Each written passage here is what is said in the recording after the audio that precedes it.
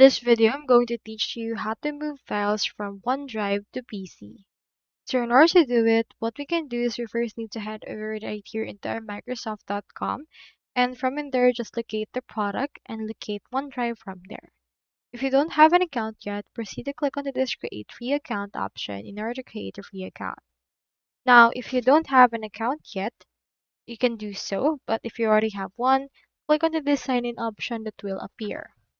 On my case, I already have an account, so let me proceed to sign in. Here is my actual files. So all these files are actually available on my OneDrive online. I want to move these files directly to my PC. I have two methods. The first method is you can actually download the file directly. For example, I have in here this book copy. Let's proceed to click on this. Click on the three dots or more action, and click on this download option that will appear. Now, it's actually not a recommended method because it will duplicate the file if you actually have it on your download files. So what I can recommend you to do is to also sign in your OneDrive on your PC and locate it directly on your File Explorer. So here is my File Explorer. It has the same files directly from there. But the difference with this is that it have these particular icons.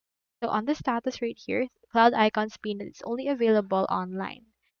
While this check icon means that it's available offline. So if we want to actually make something available offline, what we can do is we can just right click on that. I have in here this book copy. Click on it, then right click. From in there, head over and click on this always keep on this device. Just click on this, and then this should be able to change icon, and as you can see, it has now become checked. This means that it's now available and moved directly from OneDrive to PC. So that's all there is today, and I hope this video helped you out.